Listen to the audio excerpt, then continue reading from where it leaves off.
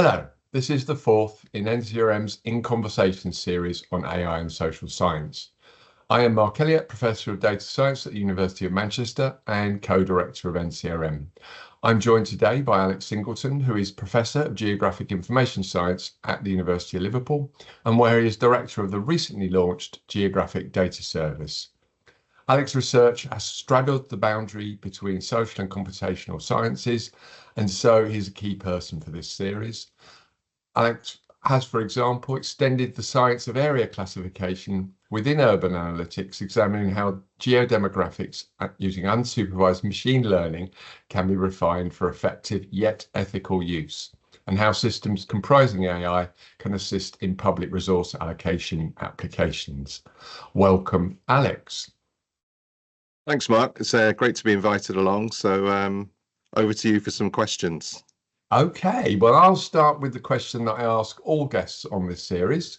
AI is a big topic area, and it's always a term that gets used by different people to mean different things and also abused. So for the viewers, what will you be meaning when you talk about AI?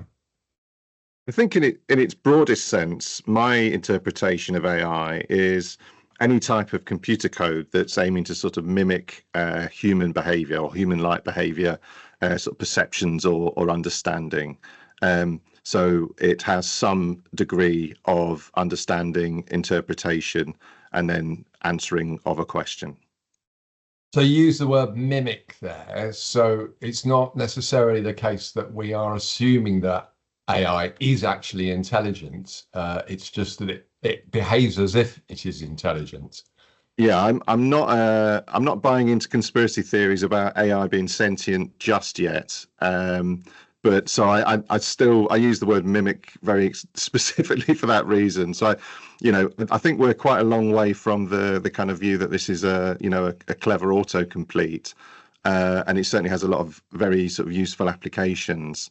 But I don't think we're close yet to sort of artificial general intelligence, which I think is a slightly different thing. That still feels like science fiction. But to be fair, a lot of things that we can do now with AI and new AI models probably would have felt like science fiction sort of 5 or 6 years ago as well. Yeah, absolutely. I think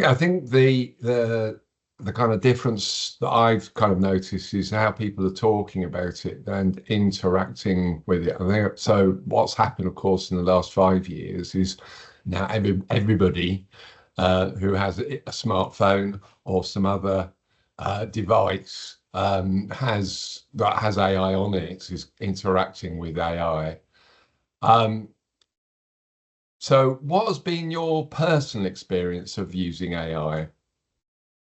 I mean, as it transpired for sort of a long time without thinking about it, a lot of my research was AI. I mean, you mentioned sort of I've had interest in building geodemographic classifications, which are principally created by unsupervised machine learning clustering algorithms. They broadly fit within the sort of AI landscape, but my background is, I did a geography degree and I did a PhD with a fairly traditional sort of GI science group.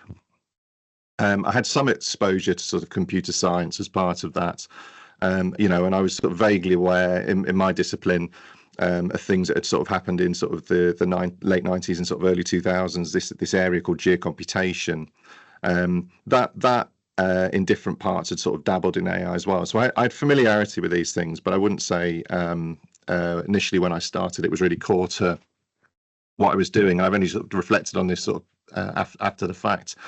I think when I moved to Liverpool to get my first academic position here, I was interested in developing a brand for Liverpool around the things that I was starting to get interested in. It was also at a time when data science was a sort of a new sort of interdisciplinary area, and it was kind of growing. There was lots of data science MSc sort of popping up across the UK and also globally. So with that in mind, I set up something here called the Geographic Data Science Lab, and that was really trying to ensure that geographers weren't kind of left out of this new economy. And we set up the first program in that, and then also I built quite a large group around that particular topic, and we recruited academics to it. So I got more interested in the computational side of what I was doing, perhaps than what I'd done previously after I became a lecturer here.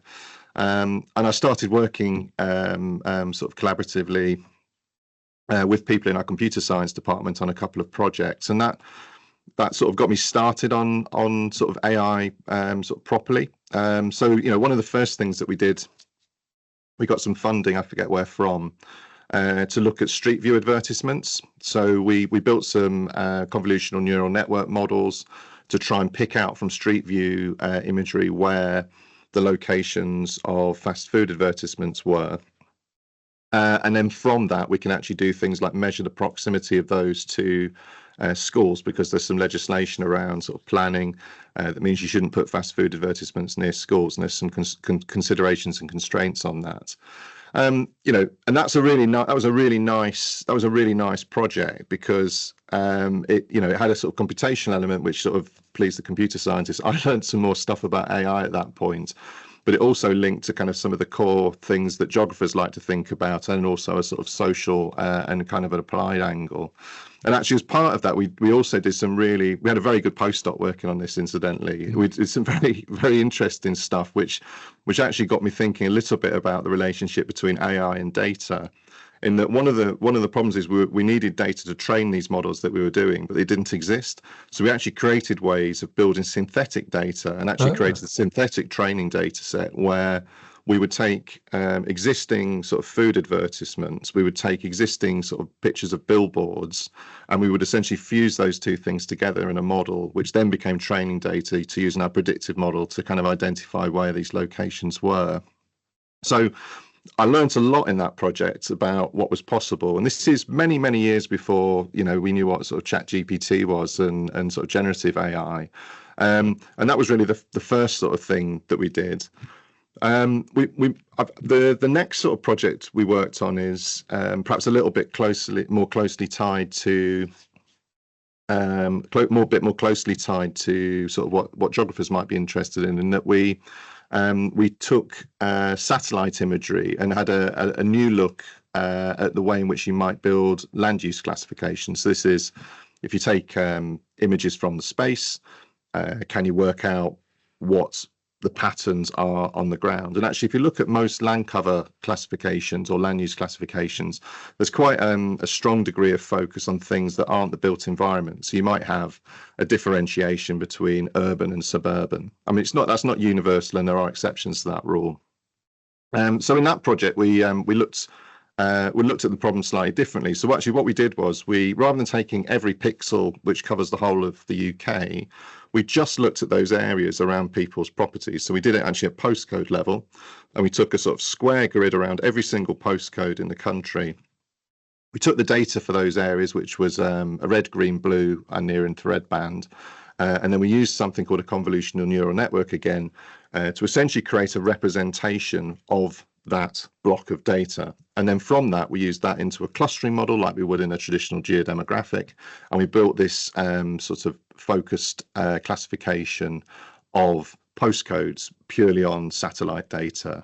And it's actually quite different from how people who build land use and land cover classifications do their models. And again, that was another kind of quite an interesting application of AI. You'll note the techniques we're using are similar, but we're using them in quite different domains. Actually, we've got, I think the original idea for the image classification from satellite data came from another project which my colleague Danny Arabas-Bell and I had with a PhD student who was actually looking at using convolutional neural networks to look at images of shop frontages, and we were seeing whether we could plug those into sort of hedonic models to predict rental prices for properties. So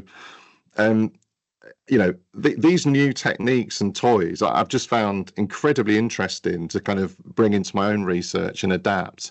And perhaps, I suppose, if I've got time to talk about one more example, one of the most recent things I'm interested in at the moment is how you can bring together sort of multimodal data to say build a new geodemographic. So I've been working with Steph de Savata at the University of Leicester, on a project where we're using at the moment using autoencoders to bring together census data and to try and pick out some of those interesting nonlinear patterns that you get in geographic data because of the nature of sort of geography, and then bring those into a geodemographic classification to try and improve geodemographic classification's representation of what the world looks like. So an early testing of all this is very, very effective. So one of the problems that you have in geodemographics when you're using traditional methods is you tend to find if you're building a national classification and you don't treat places like London, as an example, differently because London is different from the rest of the UK, it doesn't actually look very good and doesn't work particularly well in London because essentially the London averages for all the variables that you might put into a geodemographic are very different from the other parts of the country for the same variables. So it has peculiar effects. And actually, some of these new techniques that we're using autoencoders for get around some of that problem because they're actually much better at understanding those non-linear relationships between the variables across space. And as a result, the end classifications both look better and actually perform better. So we're in the process of sort of writing that up at the moment, both in terms of building these models of the structure of place, but then also following through and using those in geodemographic classifications as well. Yeah, fascinating, Alex. I was very struck as you were talking there that a lot of what you're describing is essentially augmentation of your own capacity. And sort of increasing the sort of research productivity and your capacity to do things perhaps that you couldn't do before because of these new tools. I mean, that definitely feels like AI as a tool that you're adding to your toolbox. It kind of seems akin to the sort of discovery, invention of multi-level modeling when the 1990s, I think that was, kind of changed the way we thought about doing modeling. And some of the descriptions you've got here are akin to that. We've got this new way of looking at that, which suddenly enables us to do different things with data that we weren't previously able to. To your service, the Geographic Data Service, I'm very interested to know a bit more about that and how you're using AI in that. Yeah, so I mean, for the past, I'm trying to think, probably 10 or 11 years, I ran something called the Consumer Data Research Centre, CDRC. Maybe a number of the sort of viewers are familiar with that because we held lots of data that were neither sort of administrative or sort of traditional survey-based data. So they sat within the kind of middle. So it'd be things like consumer data or commercial surveys that weren't sort of government surveys, and then mobility data, different types of image data. We were funded under something called sort of BDN2, Big Data Network 2, which they ran over that period of time. And then more recently, that transitioned into an opportunity through something called Smart Data Research UK. And the same team who ran CDRC at UCL and Liverpool got the same team together.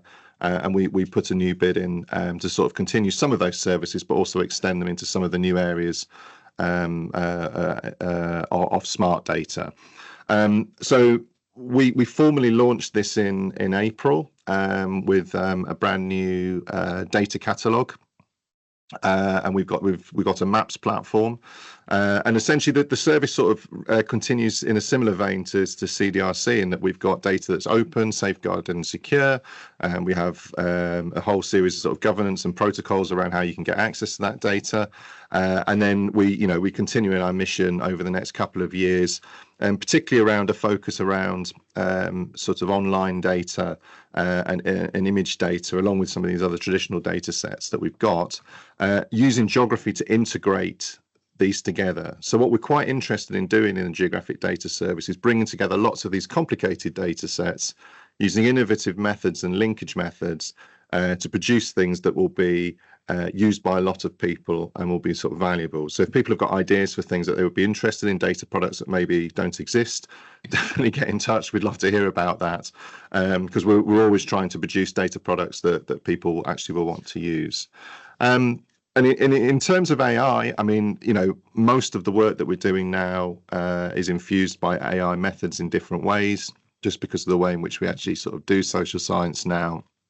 But perhaps something that's more explicitly using AI, which I think is really exciting, is we were fortunate to win, and this is my colleague Mark Green here at the University of Liverpool, some funding from ESRC's Future Data Services to look specifically at the idea of semantic search of data catalogues. So we've got, I don't know, let's say 100 data sets in our data catalogue.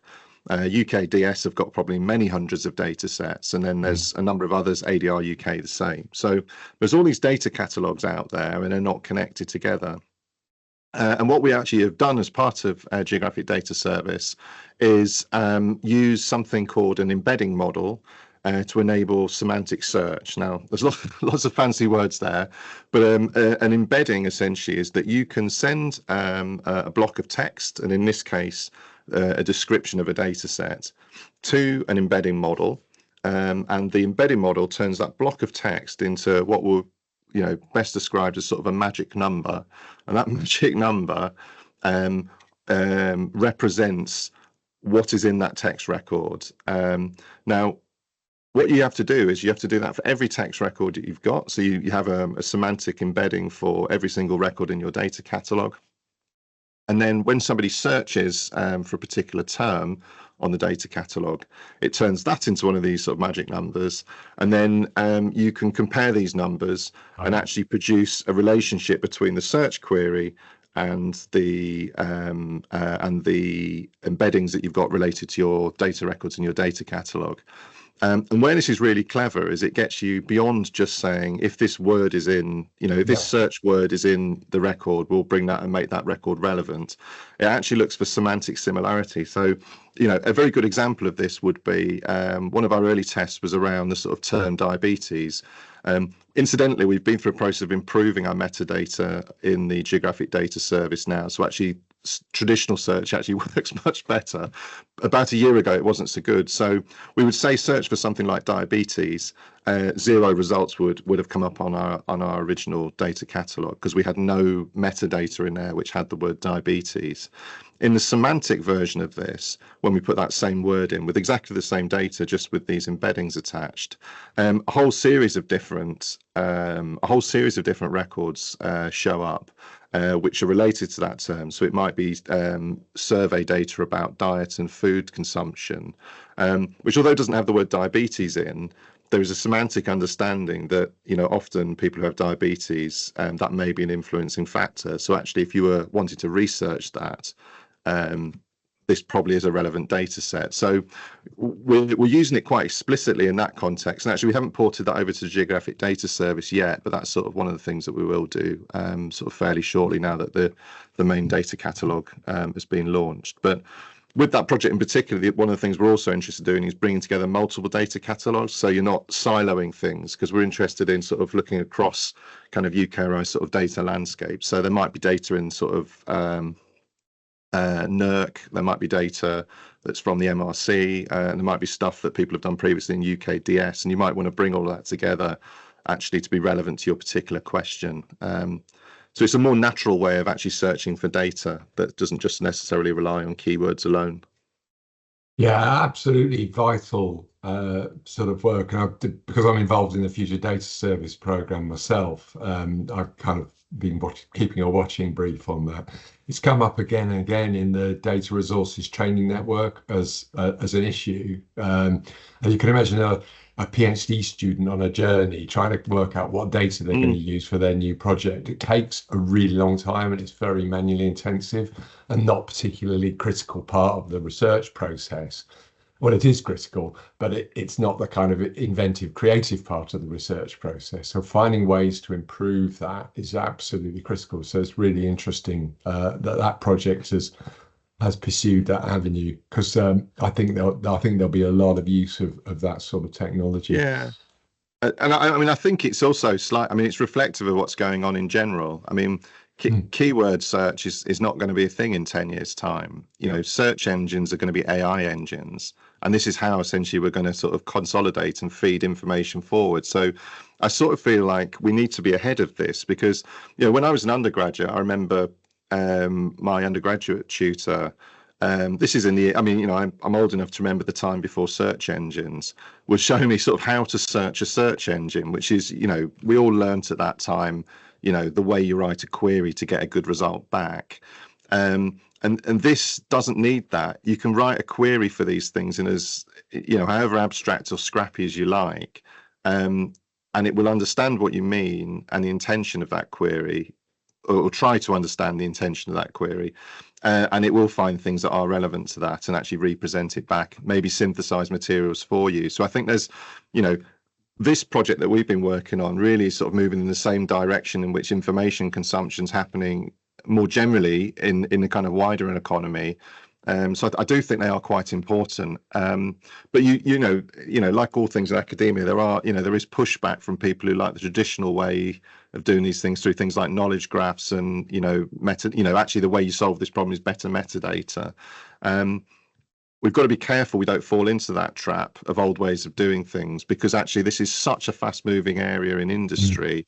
We'll just be left behind and look like Luddites. So I'm very keen, that we actually get this working and implemented and promoted as a way of doing this stuff, because it solves lots of problems that people historically have spent a long time in. The actual necessity to have extremely standardized and structured metadata is lessened in this new model, which actually for some people who've based their careers around these things, I think is a controversial topic.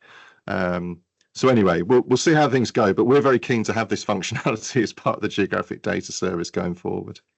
I think it reflects a kind of bigger picture, as you say, in the sense of there's kind of move away from static ways of describing and capturing things. Interestingly, we've just had a big discussion in another one of those networks with DTP training network about how to give advice to PhD students on AI. And after a lot of discussion, we decided we weren't going to produce any static resources for that because there just wasn't any point. You know, they'd be out of date as soon as you've written it. And it doesn't really kind of fit what a student needs to need, which is a way of kind of helping them to think about how they're going to use AI. So it's definitely a much more dynamic resource we're going for in that place. So it's had this kind of spillover effect into thinking about meta resources as well as the sort of stuff you're talking about.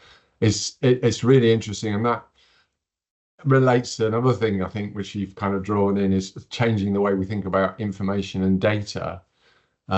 Because they too are not kind of static things. We're used to kind of 20 years ago, perhaps, you had this model, you kind of got a data set, and then that was your data set, and then you analyze it to death. And this is probably not what we're going to be doing in 5-10 years time. It'll be much more of a dynamic interaction. You mentioned synthesis earlier on. Obviously, that's another thing which is kind of feeding into this, where the data is not just that kind of literal, this data is about something and represents this person or this other population unit. It's a dynamic representation of an environment. So I think it's kind of really, really interesting the way all these things kind of interleave in the development. Keeping track of it all is obviously horrendous for any individual. Any other projects you'd like to mention where you've used LLMs or other AI?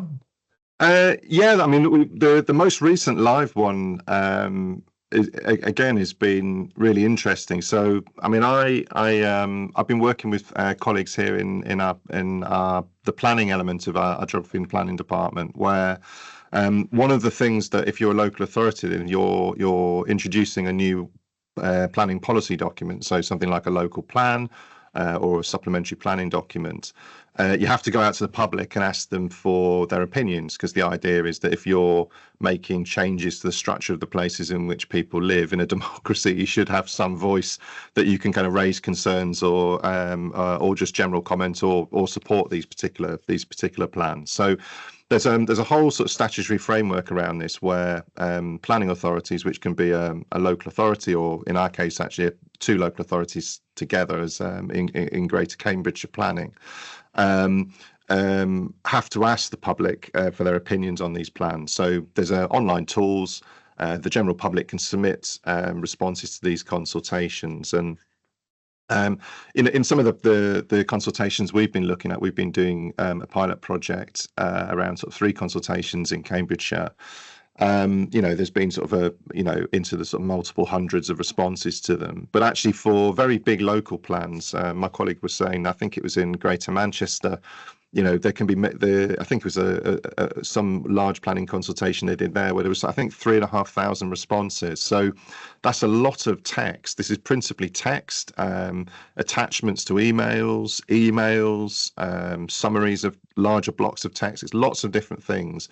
And legally, the planning officers within that planning constituency have to go and look at all of these. And they have to do sort of 2 things. One, they have to sort of synthesize each individual's response, which could be across multiple documents. And then they also have to take those and then create a summary report of the sort of general feelings, queries, complaints, suggestions from the public, aligned to the planning document. And you can imagine that, in some of the work we were doing, where there was sort of a couple of hundred, it was about 60 hours of a planning officer's time to do all of this manual summarization. What we found is we've built an AI tool that can do it in 10 minutes, the whole thing, sort of end to end. So you can actually save a huge amount of time, which frees up sort of planning officers to go and do more interesting things, because it's quite mundane. And then the other thing is that the actual quality that you can actually get in terms of the summarizations out of the LLM is much more detailed and actually more concise than actually the human can do. And the reason for that is, I mean, I don't know, how you'd respond to having to read hundreds of complaints or comments from the public about something over the day, but you're never going to be able to capture all of that cognitively in your head, whereas a computer can, and it can bring all those things together and summarize them quite nicely. But obviously, because this is a kind of sort of there's a legal angle, a statutory angle to this, we obviously have to be very, very careful about how you do it, because there's all sorts of things around data governance and GDPR. And then there's the issue, particularly using LLMs to do these kind of summarizations of problems with hallucination. So what we've actually done is built a whole pipeline system with all of those considerations baked into them. So we do lots of things where we're sort of double checking our sort of homework and making sure that actually what is summarized is a true representation. We do all sorts of other different bits and pieces sort of behind the scenes to ensure that the outputs are consistent and reflective of the sort of the tones of what the public are saying. We do different types of sort of sentiment analysis where we can look at whether these are sort of just comments or oppositions or support, and then also summarize all these into some nice sort of executive summaries and reports that are just downloadable. So it has been a really good project. We made sure that when we were doing this, it was a kind of fully embedded in partnership with the planning authority. So they've been working with us on this sort of every step of the way.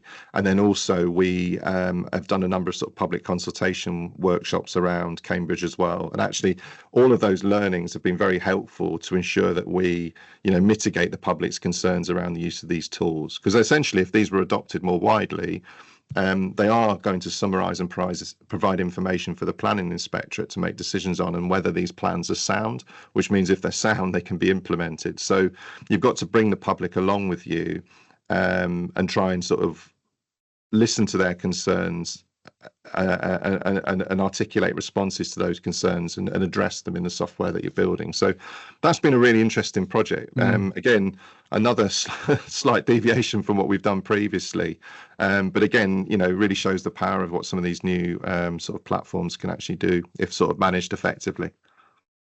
I think that's a whole area of research in itself, thinking about public's perception of AI and its relationship with AI, and obviously really important.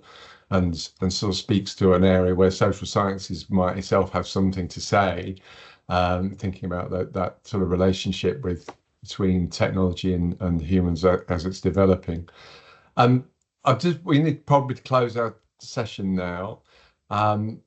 Just to finish off, I know you've got some views about the UK's position in respect of AI and social sciences, and whether we're putting enough resources into it. But perhaps you give us some closing thoughts on that. Yeah, I mean, I think, reflecting on, so what, I mean, you mentioned that, social scientists can have a kind of role in terms of sort of the ethics of AI. And I think that's an incredibly valid thing for us to be doing. And actually, I think we probably shout loudest out as a community about that. But I think where we will run into trouble is if that's the only thing that we do, and we're actually not training our students to use these new methods, but use them critically.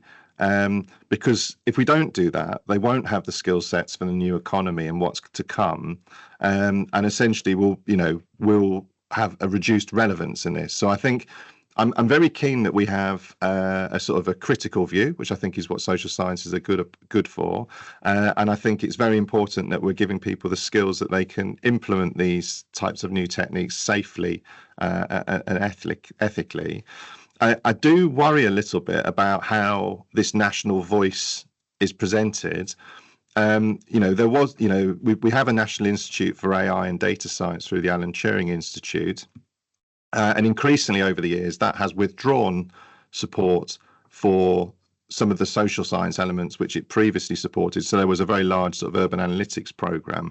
My understanding is most of that now is sort of gone. I think I read last week that some of the work around sort of data science, AI policy, I think that is now much smaller than it used to be as well. And most of the activities seem to be sort of more focused around areas that are perhaps less relevant to the social science, or there's fewer social science voices in those kind of audiences. So, that is the National Centre for sort of Data Science and AI, where I don't feel social science is particularly well represented. We do have the Ada Lovelace, which I think is another, excellent sort of activity. But again, that is more around the ethics of AI. And again, I think we miss some elements of actually social sciences doing these things. Because, I'm a social scientist by background, and have kind of picked these things up as I've gone along. And I think we're doing some really interesting research here. And I think that opportunity should be made available to everybody else as well. But I do worry that we will be forgotten about because of the very rapid growth and interest in this area, unless we actually have some mechanisms by which we can contribute to the national discussion. Yeah, absolutely. I mean, it's an interesting commentary on social science as much as the specifics of this particular area, where the social sciences, I think you said, are very good at sitting on the sidelines, observing the world and making critical commentary about it. And what we're much less good at as a discipline, certainly in the UK, is getting creatively involved with stuff. Sort of being involved at the beginning, and then so it does.